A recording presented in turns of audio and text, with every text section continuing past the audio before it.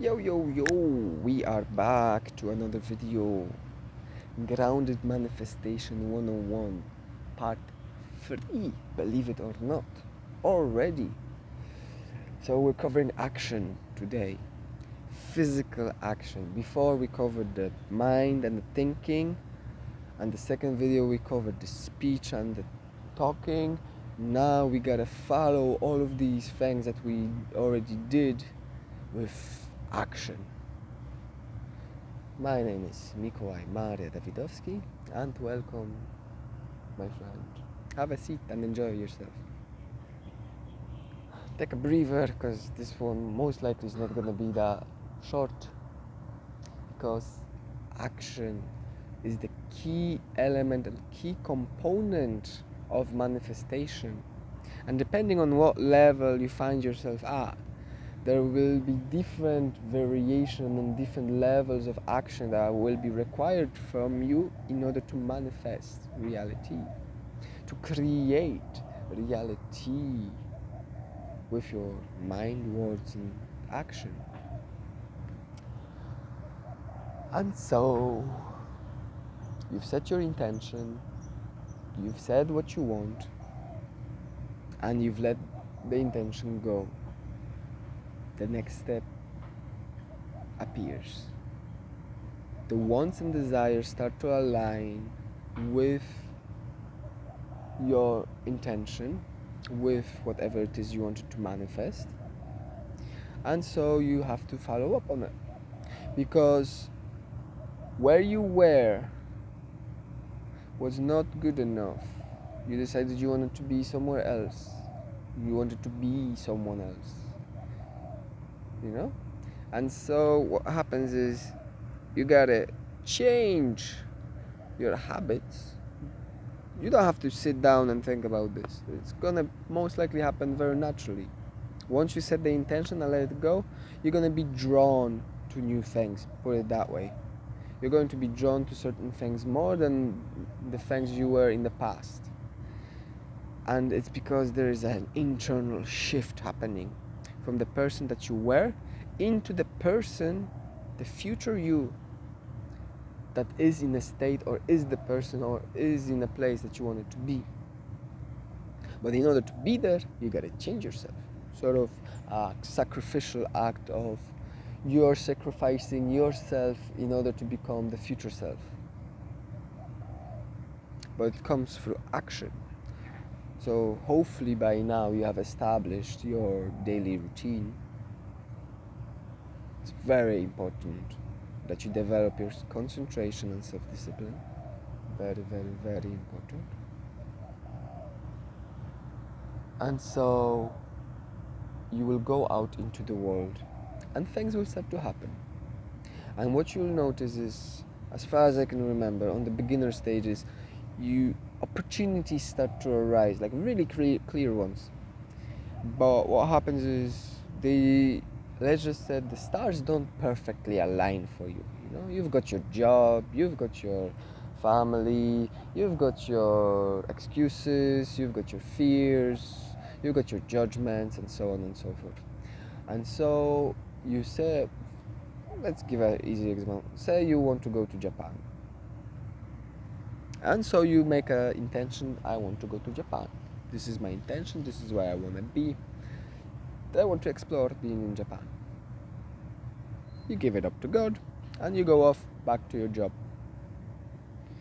Well, what happens then is you start working towards being in Japan. And opportunities will arise where maybe the job you work at is going to give you a promotion under the condition that you go to Japan. Or more likely, you're going to find somebody who's create opportunity for you where you could potentially get a job in Japan and send you there. Or you just save the money, you get a raise at work, and that allows you to then use the money in order to buy the ticket to go to Japan. There are many, many ways in which it can manifest themselves. But usually what happens at the start is you manifest an opportunity. An opportunity manifests itself, but it's not going to be perfectly aligned as you imagined it in your head. Let's just say there will be things that you will have to give up.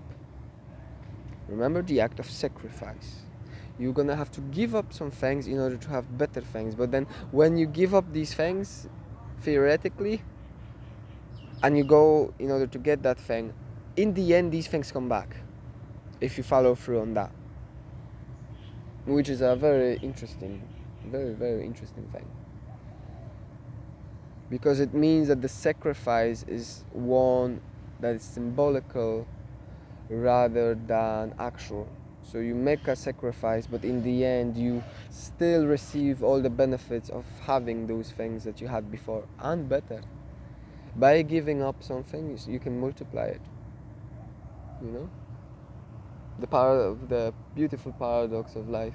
By giving away money, you get more money.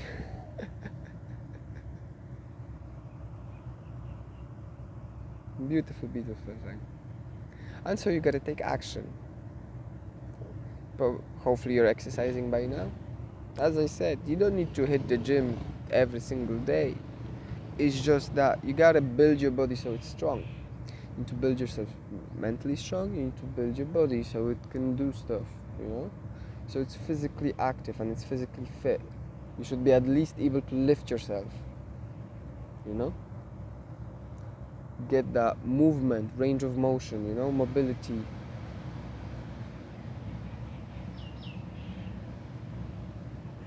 I find it a little hard to tackle this one. And you go off and the opportunity arises and you need to, on the spot, when the opportunity arises, go with the opportunity. And yes, when the opportunity arises, you may not have the money, you may not have the space, you may not be in a mental state, you may judge yourself not to be good enough or not to have the skills. Don't worry about these things. What happens is, when you set the intention, God creates an opportunity, and God knows that you lack all these things. But He has to test your mettle. He has to test and see if you really want it. And if you say yes, despite all the things that are trying to hold you back, and you go off, along the way you're going to get and receive and transform all the things that you needed, so that when you come to the place, you've got it. It's all sorted out. It's all done for. You know? That happened to me many times. Many times, especially in Spain. It was a magical journey for me, because in Spain I went there without money. God told me to go there, so I went. He told me to give away all my money, so I gave it away. He took away my phone, so I wouldn't know where I was, so I would have to interact with people and rely on God rather than on the technology. And beautiful things happened. He knew, he told me where to go, and I was going there. And he knew, he knows I need my daily bread. He knows I need food. He knows I need a place to sleep. And so, one time, for example, I was standing in front of a hostel. And I was looking at the hostel. It was already nighttime, and I was like, oh, God, I do not wish to sleep on the street. Can you do something about it? I only have €1. €1 in my pocket. The hostel costs 11. I do not have the money. God laughs, of course, because He always does this. He says, just walk in and ask for a room. I'll provide for you. And yes, my faith was strong enough at that point that I allowed myself to do it. And I walked in and I approached the desk and I asked the lady for a bed for the night. And as I said it, someone tapped me on the shoulder. I turned around. This short, quite short, like about head shorter than me, quite beefy guy, walks up to me and says, God told me to give you this. Poof. And before I could say anything, He walked away. He just walked out, vanished. And there I was standing with 10 euros. 10 euros. Okay, 10 euros. I needed 11, which means I had to spend my very last euro. But at that point, I was so overjoyed that I didn't mind because I had a place to sleep. And in the morning, things happened, and in the end, I had a wonderful breakfast. It's like, oh. So I met some people in the hostel, and they invited me for breakfast, and they all had all these things, and it was absolutely delicious. Absolutely delicious. You see, you are God, and I am God, and everything that is surrounding us is God. And therefore, if you do an act of kindness, you are doing, God is doing good kind acts of kindness through you, in a way. So when I say God provides, it could mean that you have provided me with something. But ultimately, it is of the will of God that it happens. And I'm not going to go down the rabbit hole of suffering and God and things like that. Once we get to unity, I'll explore these topics. But right now, if you're really stuck suffering, no matter how I'm going to explain it, it's not going to make any sort of sense to you, and it's just going to build more resentment. Trust me on that one. And so there I was, with nothing in my pockets the next day. Beautiful, no? I'm a healer, I'm a masseuse. I met a guy who was inspired by my journey, and he wanted to help me the next day. And he gave me something like 20 euros. And the beautiful thing is, once I ran out, God said something, that the money that I had before was unclean, it was impure, it came from the wrong source. I still don't really I know what he means in a way, but like intellectually it doesn't make any sense to me, you know? But I can see it, and sometimes I meet people who wish to buy some services from me, and I'm like, no, sorry, this money is not from a good place, and I don't want to have anything to do with it, you know? And once I completely ran out, magic started to happen, like absolute magic, where I started to meet people and started to do healing and massages and everything. And I was like, at some point, like every time I got to a bigger town, I was traveling with friends. Wonderful, beautiful, amazing people. Blessings be upon you, my friends. I hope you're doing great in life right now. We were renting like really nice, beautiful houses because they were coming out like cheaper than the hostels, because there was like 5 of us traveling together. And it's just so beautiful. I managed to, thanks to the 20 euros that I received the next day, I bought myself some food, but I also bought myself a massage oil. Before that, I didn't have one. And I started doing massages, donation based, no charge. I was doing massages because I wanted to do massages, and I was doing healing because I wanted to do healing. And when I did it that way, I got money from people. But when I did it in order to make money, I got absolutely zero every single time. Just letting you know. And so the manifestation goes. You've got your conscious mind and your subconscious mind. And the way you name things makes the subconscious mind act up. The subconscious mind makes you act these out in the way that you phrase them. And so you go off and you do your daily routine in the right way, hopefully, with the right attitude, hopefully, and at the right time, hopefully, with the right mental attitude, hopefully. I think you've got the idea by now. But it's all about the right attitude. So then you have to overcome your fears You have to overcome your laziness. This is why we're building self-discipline and concentration, so that the demons of sloth cannot overpower us. So we can climb out of bed in the morning and be grateful for the day. Action is vital. If someone tells you that you can just imagine things into existence, unless they're already an ascended master, they're telling you bullshit. You as a person who is deep in duality, you can think things, yes, you can visualize realities that are going to inspire you and are going to bring you with the emotions and everything that you need. But unless you take concrete action, it's all going to a knot. Nothing is going to happen if you don't take action. If you want to become a bodybuilder, huge muscles, great physique, lifting hundreds of kilos, you're not going to achieve it by sitting on the couch playing video games and drinking alcohol all day. You can do it as much as you want.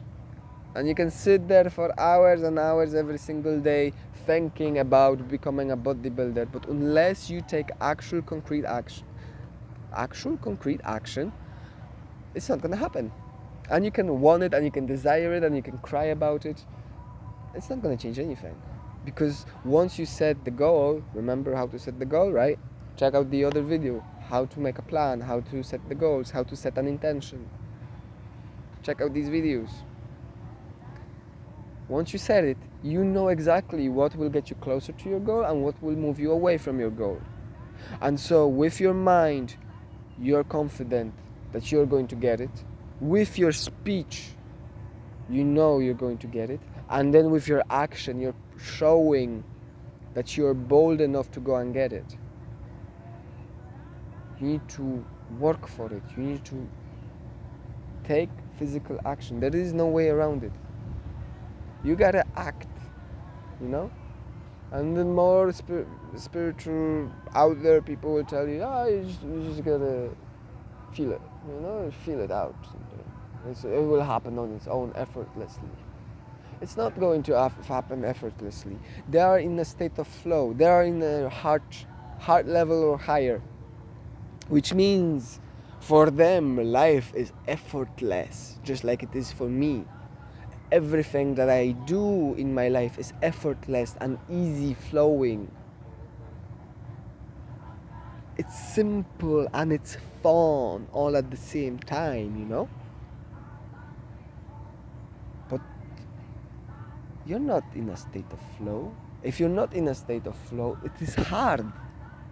You have to force yourself to do some things. You have to force yourself to take action. You have to come out of your comfort zone, because most likely you're stuck in your comfort zone right now. You're killing yourself by being in the comfort zone, not allowing yourself to leave.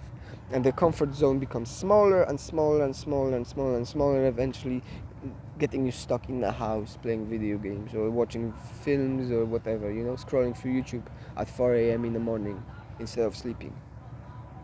And then the next day you don't wake up properly. So you gotta be strategic about it. You gotta make a plan and stick with it, you know? Set a time. What time do you go to sleep? What time do you wake up? You wanna go to sleep early and wake up early. You're most productive in the early hours of the day. If you're not, if you say that you're a night owl, it just means you're that much misaligned. Because I was that too. I used to be a night person. I used to study at night. I used to learn at night. I used to exercise at night. I used to do everything at night. But as I purified more and more and more, now I go to sleep at 9 p.m. It's 9 p.m. hits the clock. I'm like, I need to go to sleep. The body is tired. And I go to sleep, and then at around 3:30, 4 o'clock, I'm full of energy. I usually go to sleep 9 o'clock, 10 o'clock, 11 o'clock, in between those hours, you know? It depends how active and how much work I've got.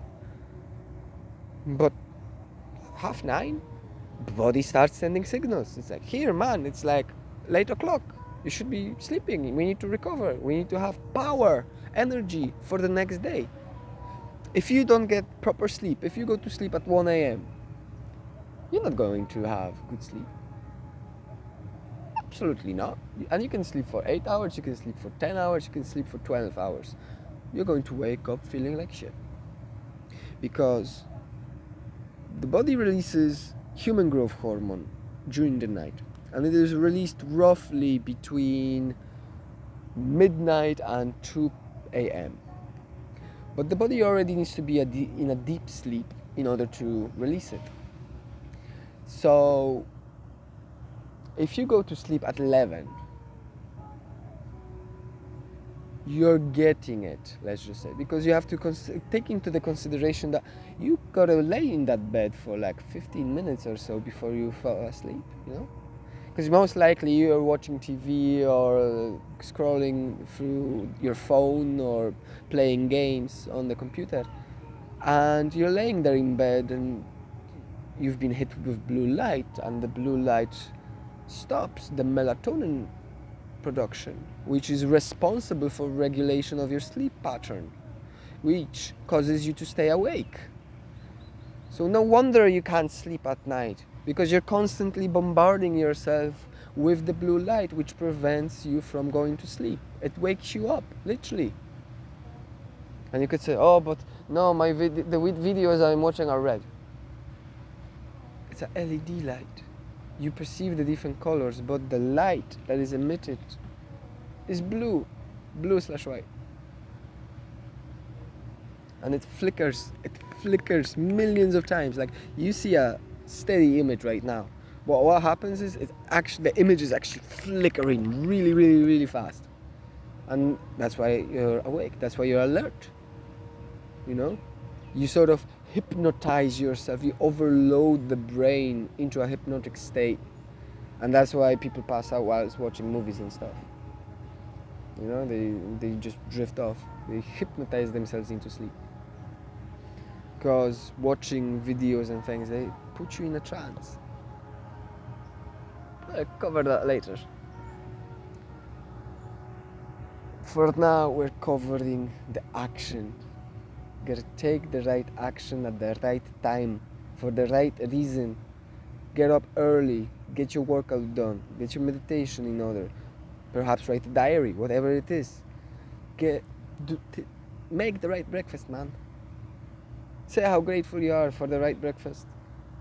You know, the little things. It's the little actions that you take throughout your day that make the difference. I ranted long enough. Stop making excuses. The moment you set yourself an intention, you can see straight away what actions you need to take. If you don't, then write out all the actions that are not going to get you there. And you're gonna see that eventually start going in loops with writing out things, and you'll see a pattern. And then it's easy, just do the opposite. Just do the opposite. But take action. And when you do the opposite, you will get closer. You may not get it perfect, but you will get closer, and then as you get closer, you can refine it so that it becomes more and more aligned, you know? But no manifestation process can happen without physical action. Going back to the state of flow, yeah, state of flow is great, it's beautiful, it's effortless. Everything just flows, everything is nice. But if you're not in a state of flow, your lower chakras, you're judging yourself, you're in your comfort zone, you know? You gotta make conscious effort. You have to put in the work at that point. Have to go through that, my friend. There's no way around it. You've dug yourself a hole, now you have to climb yourself out of it. Blessings be upon you, and I wish you all successes in life, my friend. You'll see, it's simple. It is actually all quite easy once you start implementing. The theory sounds far more complex than practice, and once you start practicing, the more you practice, the easier it becomes. Build your awareness, expand your awareness, and you'll see. For now, Have a wonderful day, my friend. It's like, as I said, blessings be with you, and I will see you in the next video. Hopefully, consider liking. Let, let leave a comment. Tell me what you think. Have you watched any other videos or done any courses on manifestation? What did they cover that I haven't? We can fill in each other's blanks and help other people that way. It's a good deed that you can do. Consider subscribing as well. Have a wonderful one. Bye.